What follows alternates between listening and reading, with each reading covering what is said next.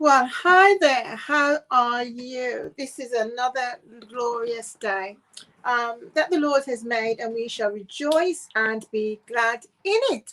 I just want to say a big thank you to all my listeners, all my watchers who've been faithfully watching. And I hope you're going to join us at the GX Awards. All that production that you just saw a moment ago was for the GX Awards ceremony, which is on this Saturday. That's Saturday, the 4th of September at I think it's Starworks on Frederick Street in Wolverhampton. I'm sure I'm gonna have to go to the website to see all the details because I can't remember that all in my head. So first of all, I'm going to read you in the precious name of our Lord and Savior Yeshua HaMashiach. Yes, I need a bit of glamour and glitz. You see the beautiful tambourine, how it's glittering, shining. Praise the Lord. I give the Lord thanks and praise to even be alive, because if the enemy had his way, I would have been dead from last year April, and before that even maybe. Praise God. Now, yes, we mustn't forget our prayer requests.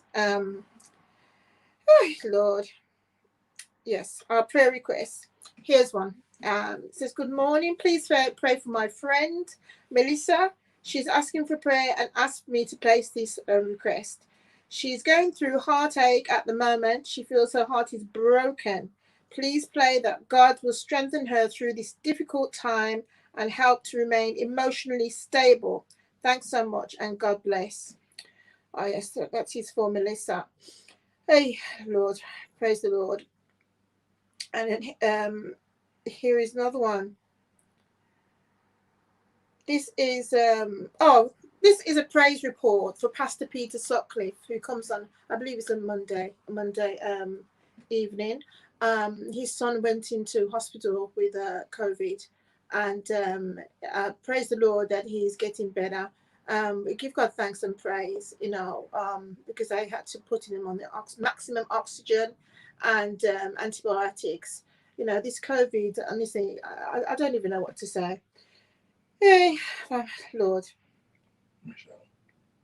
Yes, I'm trying to find the one for Michelle. Michelle is one of the GX awards team, the GX ladies team, to be honest. Yes, evening everyone. I've just spoken to Michelle's mum.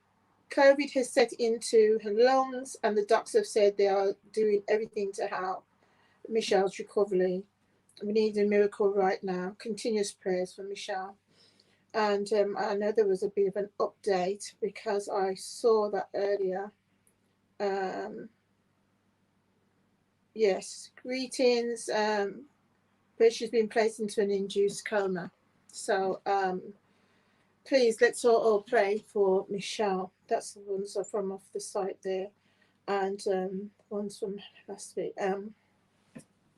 Please pray for Dwayne's grandfather, Radley. Dwayne is very worried about him. He's in a bad way. He hit his head and he was having a CT scan. I haven't been given an update as to yet, but lasting feeling in both his legs. So let's just pray that he's out of hospital, and that because they've suspected the dreaded COVID, and that's never a good sign. Also, please pray for a friend of mine. Her name is Janice. She's a really powerful, influential woman of God, who's currently in ICU in hospital. Really needs a prayer, miracle prayers. Came back from holiday with COVID. Yes, we did that one.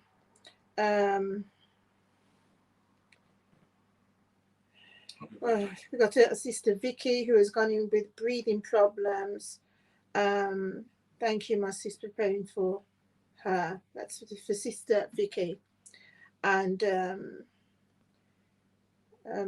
please pray for my goddaughter and her godfather's family, as her godfather Carl has passed away. Please pray for his friends too. He's had a tight circle of friends. Thank you so much. It is amazing to me how this putting down my question there. Amazing to me how this COVID is just causing so much havoc. It's just causing so much havoc and taking out young and old.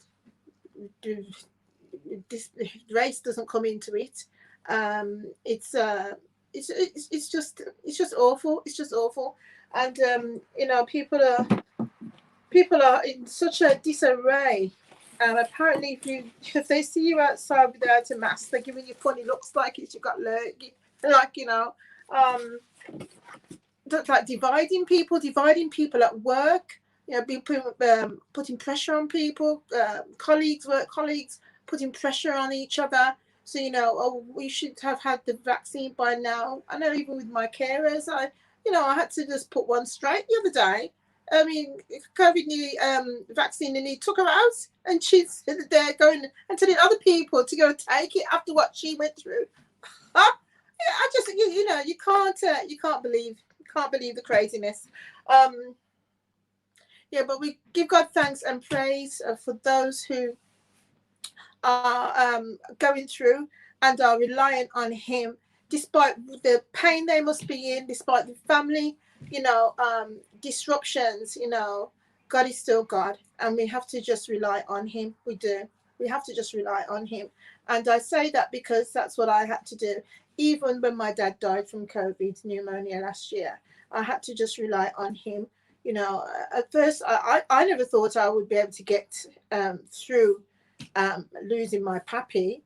I just didn't think that was possible. But the Lord is so faithful and so true, and I'm still in my right mind, because all I remember is my daddy. Me and my daddy used to lift me up and put it on his shoulders, and God has the ability to comfort you in the time of need, comfort you beyond all human comfort. There's no comfort like the Lord can give you.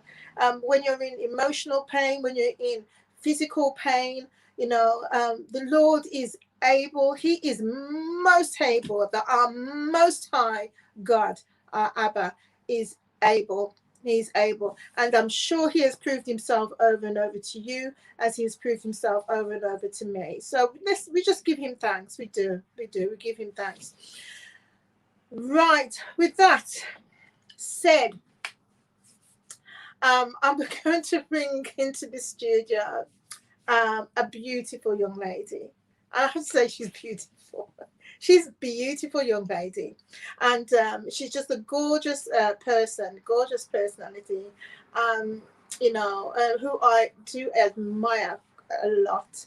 And that is saying that, I'm going to just use because she's a ray of sunshine in my life. Oh gosh, that was Mummy's said. But anyway, I'm going to bring into the studio now, using my yellow, my favorite colour.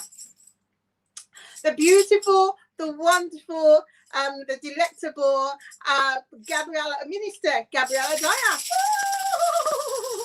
Hey everybody, I'm so glad to be here. Thank you so much, Nan, for the opportunity for me to be here. I'm very happy to be here. I would say hey y'all, but my nan is constantly correcting me on my proper grammar. So hi Yes. everybody. I hope you guys are doing great today, and I'm very excited to be here. Oh, I'm excited to have you on, Gabby, because at the end of the day, this Gabby is my very first grandchild, and I've loved it from the moment I saw her right up to the second. I love her. She had to emigrate with her mom to the USA when her mom flew over to start a new life over there. And Gabby, I think he was only 14, going on 15, I think, at the time. Yeah. I'll never forget the date. And I was distraught. I remember taking you all to the airport, Birmingham Airport. We hired a big, massive Mercedes van taxi to carry you all with the luggage. And we sat down with Granddad. And, that was the last time we was all together. And who would have thought that you'd never get to see Granddad again? And I didn't even think that. I'm sure that never occurred to you, did it, Gabby? No, not for 1 second. No. Just makes you like appreciate like every moment that you have with somebody, you know? Yes. And yeah, and you had a great relationship with Granddad. You did, big conversations. The one thing that came out at his funeral that made me laugh. Your sister Amanda said that Oh my you goodness. got her to throw a water bomb at Granddad while he was relaxing in the garden chair in the carriage. That is true. That is really true. I ran up to the bathroom and you locked her out the bathroom for Granddad your great granddad to give you a good waxing. She got it in the neck for you. You naughty girl. Right, I know. Shout out to my sister for that one. She did her part. Oh my goodness me, so funny, so funny. But right now you're living in America, and tell us your experiences when you arrived. How did you feel? Tell us your experiences when you arrived. Oh, so from the moment I got off the plane, it was amazing because, like, just the weather. Because in England we have good days and then we have 10 bad days of weather, and the weather's very bipolar, as we say. Yeah. But America, especially in the summertime, it's beautiful. You can get that warm breeze. But I remember like coming to America and I was very like apprehensive about things. I really didn't know anything about like anything to really expect apart from like what I saw on TV. I remember What you saw on TV, because I remember you said you yeah, thought all houses were like Kim Kardashian's houses. and then I had like a regular house, like a regular house, and I was just like, what's going on here? Like, did I miss the memo? Like, what is this? And I remember going to school as well, and I thought like the school was gonna be like High School Musical, like Mean Girls, like everyone just walking around in little clans, and it wasn't like that at all. So it was a real big culture shock for me. Yeah, yeah. You're doing very, very well because you went into. I think you arrived to go to middle school, wasn't it? Middle school. I was my first year of high school. High school, Yeah. and you did very well and went to early college. Yeah. And tell us how you got into that. Interesting actually. So they kept one thing I do like about my school. They really pushed us to focus on getting to college, and everything was very college based. And so my friends were planning on going up to the early college program, and I kind of mentioned it to my mom. She said, "Oh, that would be a great opportunity because it helps with money and college and everything like that, and really getting you prepared for 4 year and university." So I kind of mentioned it, and then I kind of put it in the back of my mind. And one day I was in the library, and my friend was there, and she was like doing one piece of typing on the keyboard, and I was just like, "What are you doing?" And then she was just like, "Yeah, I'm trying to get my application for the early college program," and I was like, "It's today," and she was like, "Yeah," and then she was like, "You should do it," and I was just like, "I don't know if I'm gonna have enough time, like at all." So she was just like, "No, you got it." So it was only Jesus, literally, it was only Jesus, by God's grace, that I was able to get all the recommendations and papers and everything in, and I was able to get accepted. And it's honestly been one of the biggest steps towards in my like educational career, because that's really helped me transferring over to a different university and financially as well. So I'm grateful for that experience. So right now you're at university. Yeah. Right now. So you was able to knock off. Was it a year you was able to knock off? Because actually 2 years. Yeah. 2 years. Wow. That's a great feat that you did there, Gabby. So I remember you saying that you were going to start a Bible study class at it was the college, wasn't it? Yes. College. Yeah. And tell us how you went about doing that. Okay, so a few years back, I started a Bible study at my high school. I was really like excited about it, and I was like really wanted people to like know the truth and everything like that. So every week, once a week, I would do a Bible study, and then as I got to college, I had a few members from my church that attended my college, so we thought we could like collab and start a Bible study. And so there's a lot that goes on. Collaborate. What do you mean collab? I know. Yes. Okay, collaborate. And Yeah, so we got together and there's a lot of like behind the scenes paperwork, making sure you get like signatures from professors and everything like that. So hopefully we'll be able to launch in like maybe a month or so. Mm, We have an Instagram page and it's actually called Lit and it stands for Living in Truth.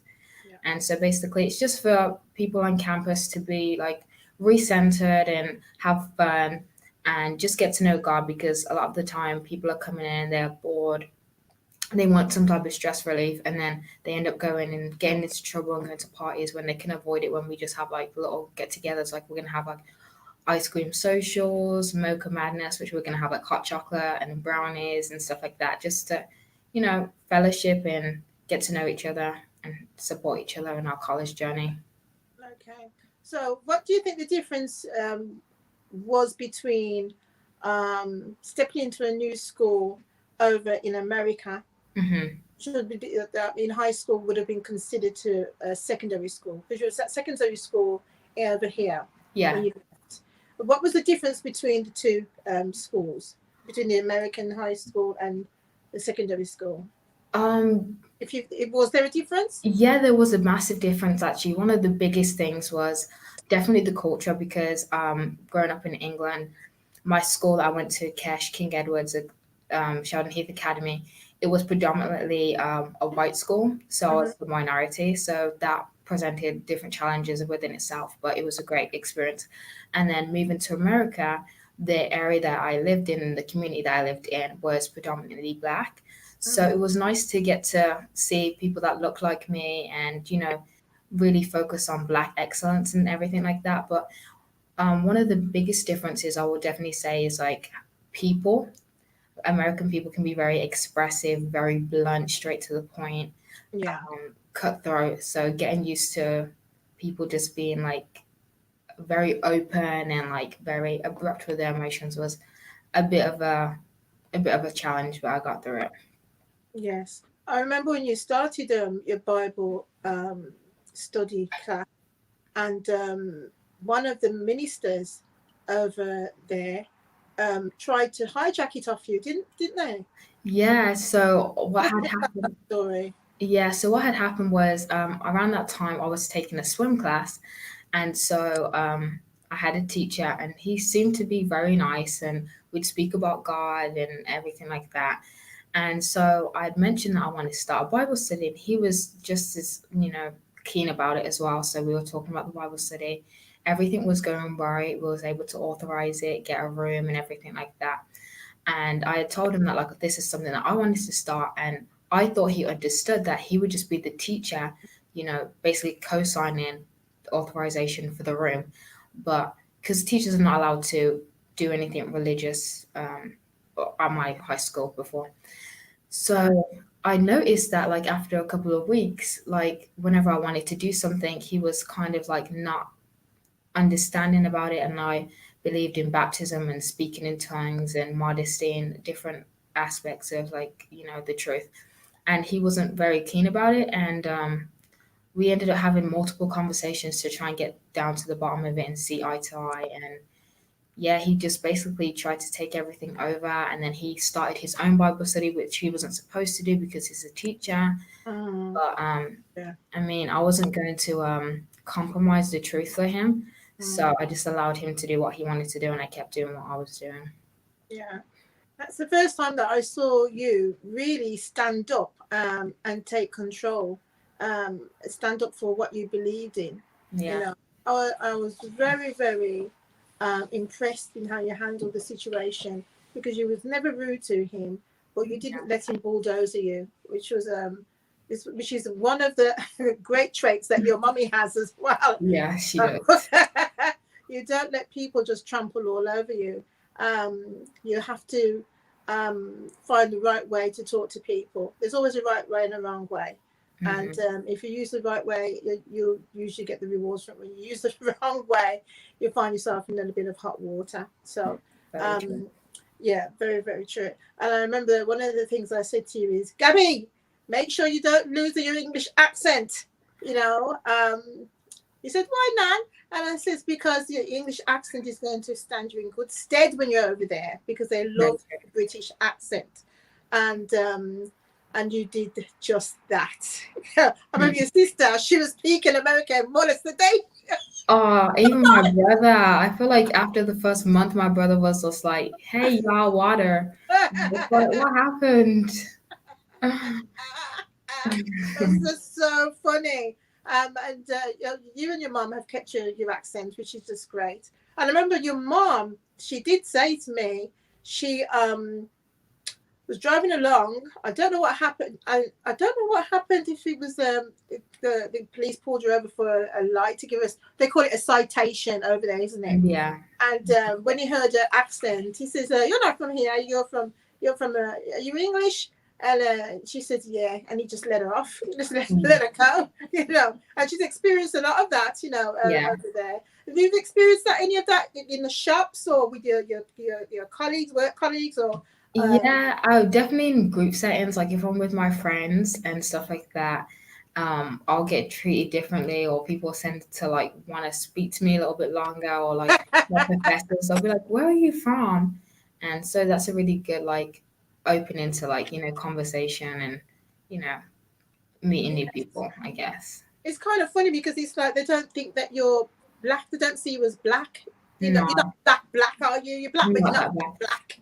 As far as Yeah, I didn't understand that until like maybe like a year ago. And it was just like, I'll be like, even if I go to like a store, or yeah, as you guys say, the shops, and I'll be in the shop, and yeah, they'll like look at me a certain way, how like it's, sometimes black people, they do get discriminated against and, looked around the shop.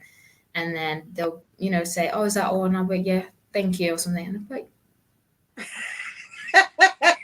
and they can't correlate like being British and being black. And I'm just like, yeah, it's black British, but yeah. yes, black So British. they do treat you a lot differently once they hear the accent, which is nice. But Mhm. it's also not nice because you know why they're treating you different. So Yes, you always keep that in the back of your mind. yeah, You can't be far from your mind, especially with Let's talk about the uproar, the furor that happened with when George Floyd was murdered. mm, That must have been a big shock for you to being actually over in the same country where that was happening. yeah. Was there anything going on at your? Was there any kind of protests at your college, your university? Was there any protests there? Did you see anything like that?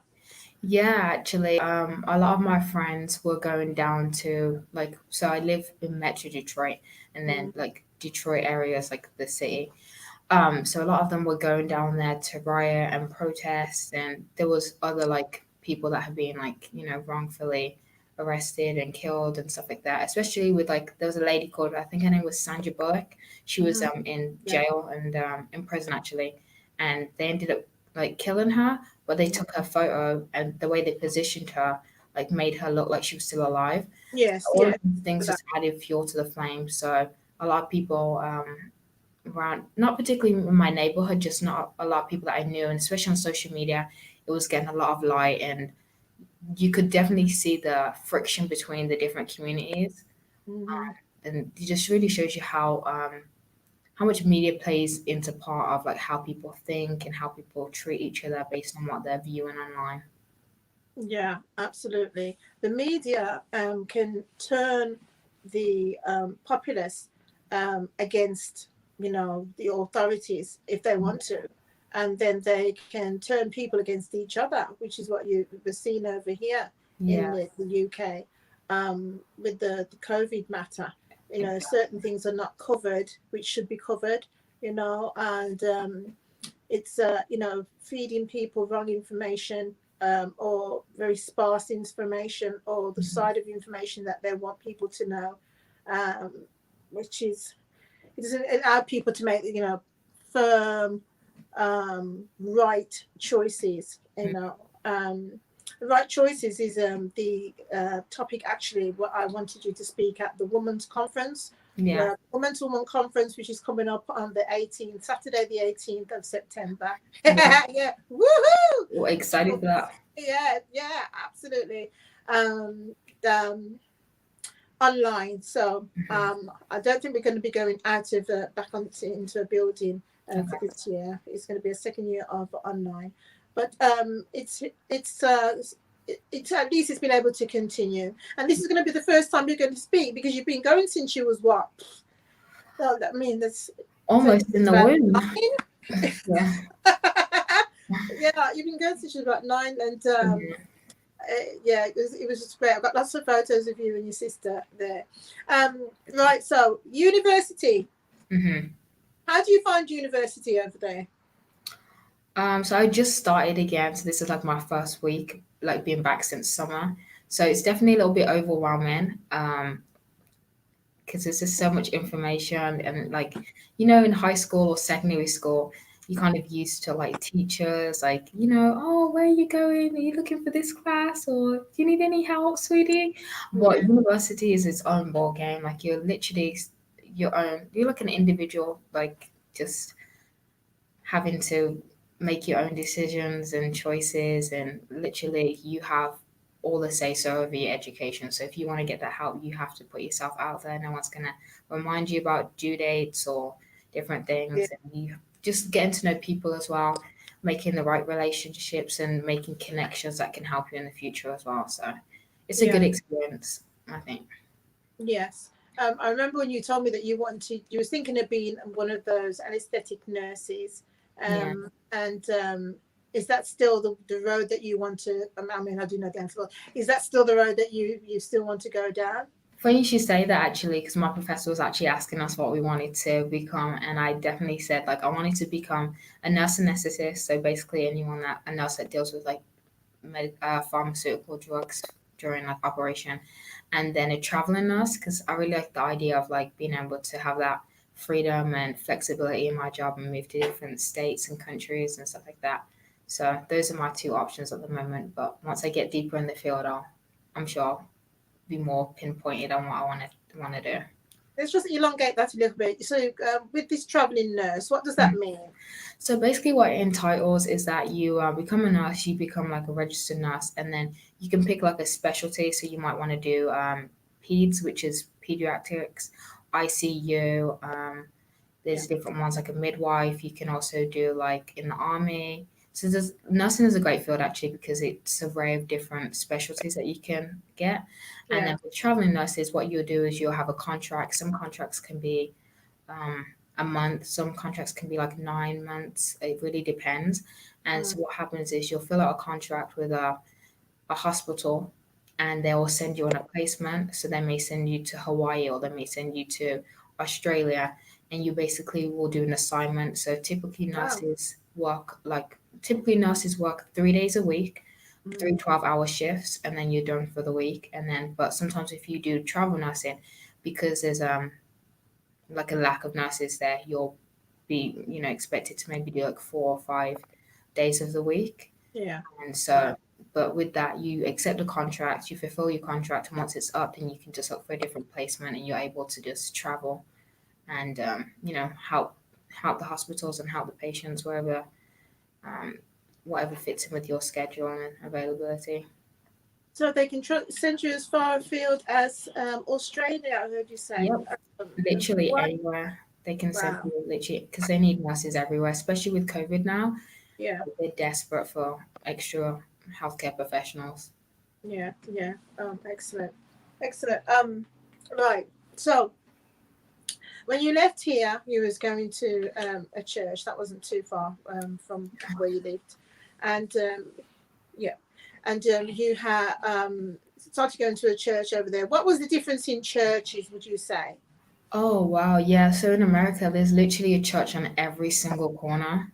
Oh right, okay. Yeah, so it's like saturated with churches, which is good, but you gotta just make sure you go to the right one that is filled with truth.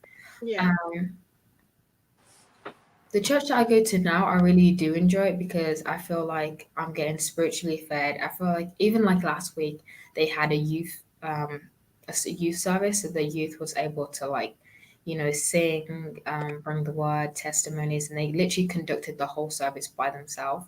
So Mm. I love the way that my church operates. They're very open towards like the youth and making sure that we're a big part of, the church community and everything like that.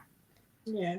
And you're on the youth committee. You was a youth elder at one point, and you moved over. You've done I think it was the, what do you call it now? Soup kitchens, and you've done other different community work. Just Yeah. need to get on that a bit. Tell us a bit more about that. Working with the community. Um, Yeah, looking back at it, I actually don't even know how I had the time, to be honest, because I was in high school, I was in early college, and then I was working part-time in fast food and going to school as well, like waking up at like 6 a.m. in the morning. My first class was 7:15, finish that, then I would have 6 a.m. in the morning. I remember trying to get you lot out of bed in the morning oh to take to school when your mum wasn't very well. My yeah, goodness. it was a headache, I'm not even gonna lie. So I didn't even know how I fit all that in my schedule, but yeah, there was a point where I was doing Sunday school on Sundays. So I was a Sunday school teacher. Then I did junior deacons, which is like the deacons, like how we just did with trash, and like if there was any like events or conferences, would open the door, make sure everyone's okay, speak to new guests. Then I also did youth committee, which is basically like the youth group, um, basically analyzing and organizing any events. And then I also did hyphen ambassador, which is basically the progression of like youth. So as I moved up, I went to hyphen, and we get together like once a month and we plan all the services, because with hyphen you're basically leading the services yourself. So we'd plan the music, any trips that we wanted to do, taking prayer requests, everything like that. What else did I do? I did Light Up the City, which is like a community-based religious organization where we would give food out and help. Like we had like a picnic, we would invite people to the picnic. And so now I'm transitioning into the homeless ministry, and a big inspiration for that is my granddad, of course, because I'll Yes, never forget he'd always be helping the homeless and come back always. from church and he'll go to the senior living center. He's always doing something hands-on.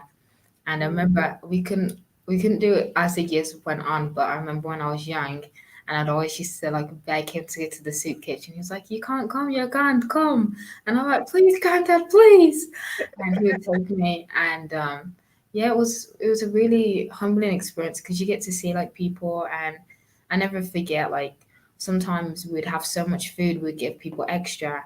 And Yeah, then, just as you're packing up, like everyone who's had to walk from like miles is coming and is asking if there's any more food left, and we're just like, there's no more food, and it's just heartbreaking to see their faces. But yeah. yeah, that really put a memory in my mind. So that's something I'm really passionate about, like helping the homeless, because they often get like, no one really pays them that much attention, but it's They're not. kind of invisible, aren't they? They're Yeah, invisible, and it's like people don't want to see them walking on the street because they're dirty in the street as far as they're yeah. concerned.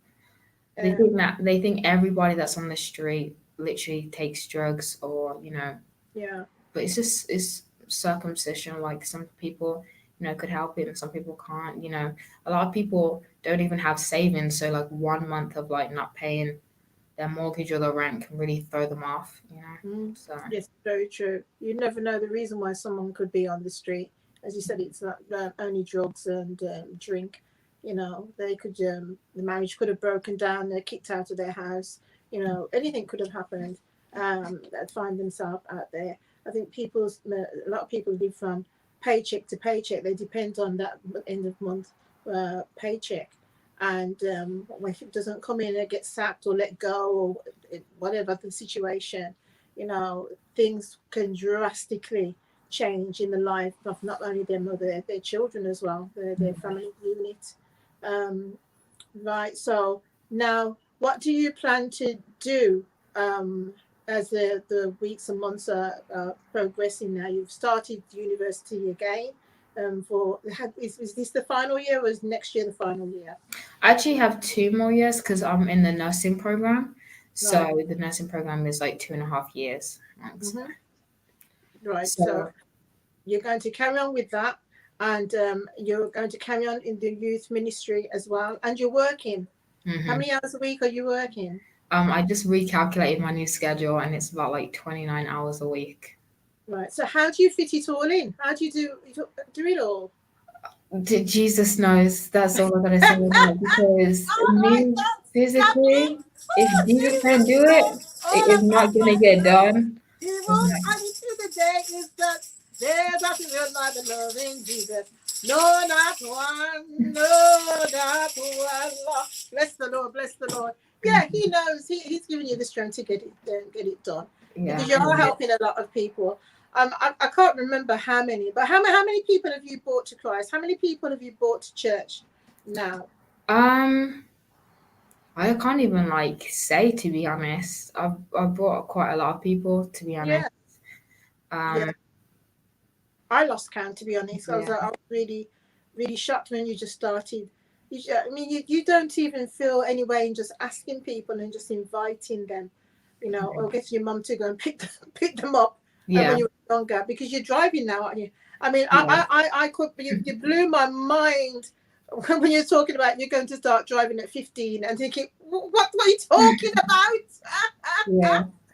Your mum made me laugh the other day when she said, you come in, you park your car, you come waltzing through the house, and she goes, Gabby, you went, oh, that now you had your sunglasses. And, oh, that now you was in such a rush. Yeah. I burst out laughing, thinking, Gabby is driving. I can't compute. I can't compute. You've been driving so many years, and you saved your money up, and you bought your own car, for crying out loud.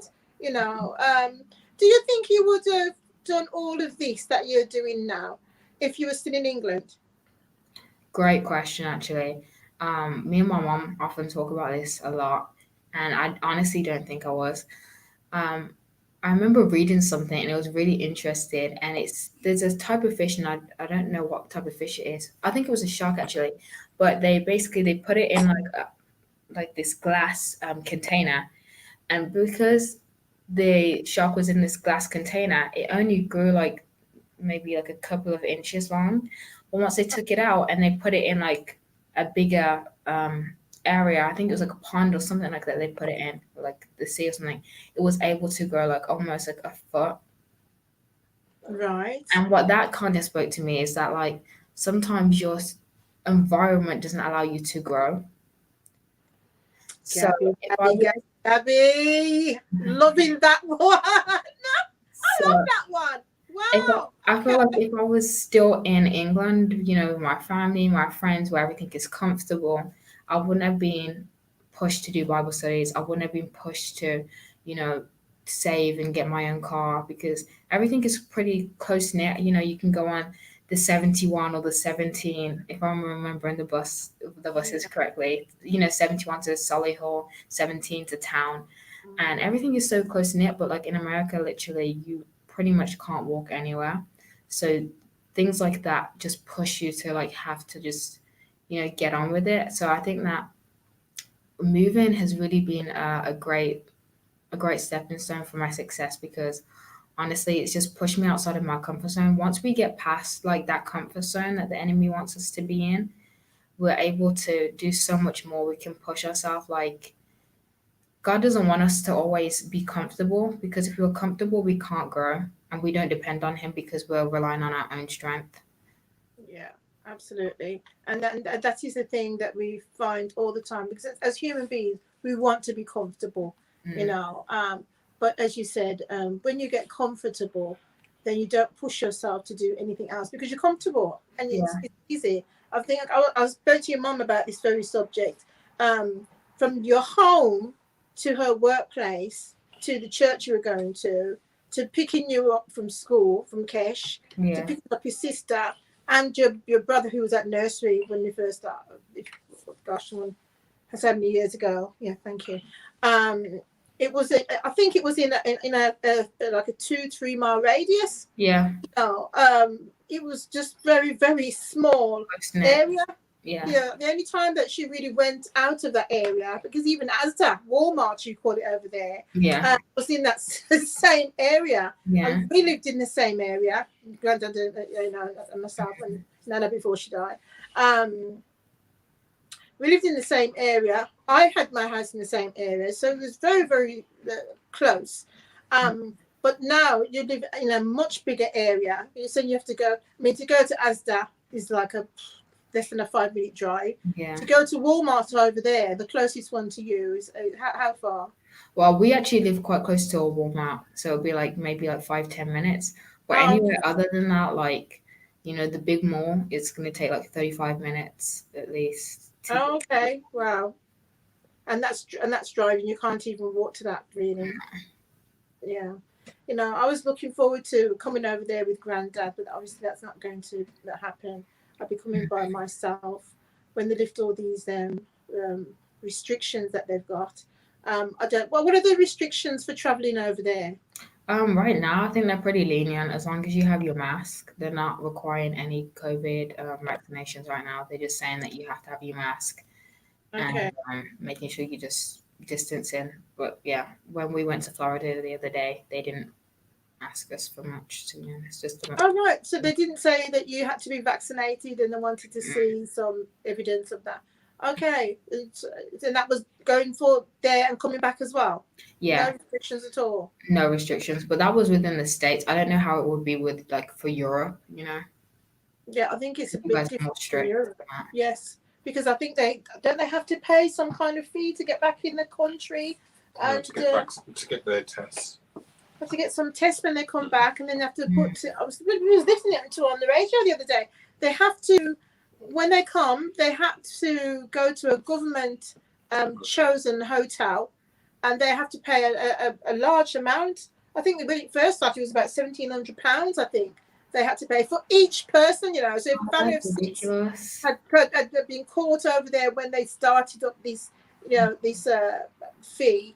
Imagine landing over here and then family of six, nearly £2,000 each. That's like that's about £11,000 Yeah. they'd have to find. But you didn't have to experience none of that. No. I think they still do have to pay something now, but I don't think it's anywhere near as bad as that. Well, so now with your church, because I think you moved to a couple of different churches, but you settled in this church. This is the one that you feel that you belong in, and you're doing great things in this particular church. I think you have your own church services, don't you, as the youth in Yeah. the church. You don't have to attend the older people's services. Oh, But now that I'm older, so yeah, they do. That's mostly for like Sunday school ages. oh right, yeah, like 7 and 8 years old, that kind of Yeah, age. like up until I think it's 12 or 13. All right, okay, and then you turn into the adults' church. Hmm. All right, okay, that's lovely. That's kind of a bit like how they're doing it over here. Before, when I was younger, it didn't matter what age you was, baby or what, everyone Everybody was in there. standing the same. But you couldn't keep still. You was Yeah. always getting the eye by the older people. But that's where I fell in love with. The tambourine. Let's put your tambourine on then. Which tambourine? We don't do the normal one, the black one. Do your shaky because he's found a new sound now. Right. They're different. Yeah, go on then. Oh, that's cool. I like the tambourine.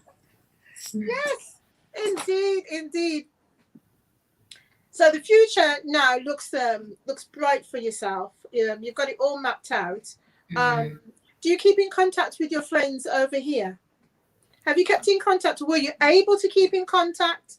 Did they, when you left, were you in close contact and then you lost contact? What happened with your friends over in the UK? So we kind of knew that we were moving, but like we didn't know when. So when we did get like the okay, it was kind of very like sporadic. So I was just like, "Hey guys, I'm leaving today," and then I was just like, "Oh my goodness!" Yeah. So that was a shock. We did keep in contact for like it's almost been like 5 years now. So I'd say like the first 2 or 3 years were like going back and forth and stuff like that.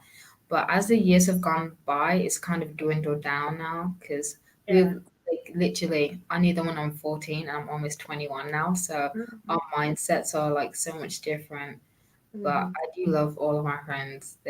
they're so funny as well. But I don't really keep in contact. Maybe, like special occasions, like, any holiday or something like that, or birthdays, I'll check Yeah. in with them and stuff like that. But it's not as like tight knit as it was before. Well, I don't know if you remember, I said to you, Gabby, you have to plan your life and live your life. You live your life as if the Lord is coming tomorrow, and you plan your life as if the Lord is coming in 100 years. You must make your plans, and then you live, but it's always unto the Lord. And your friends that you have today, you may not see them tomorrow. You know, my bestest friend at school, who um, I would have said at the time that I lived for, you know, it was a great shock to me when that relationship broke down. And still to this day, she refuses to tell me why she doesn't want to talk to me. We're supposed to go to a show.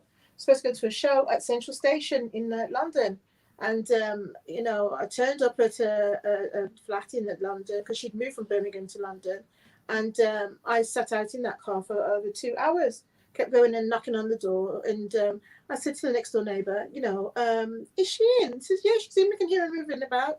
And I'm shouting her name through the letterbox, and I could not get any response from her until I had to go and to do my show.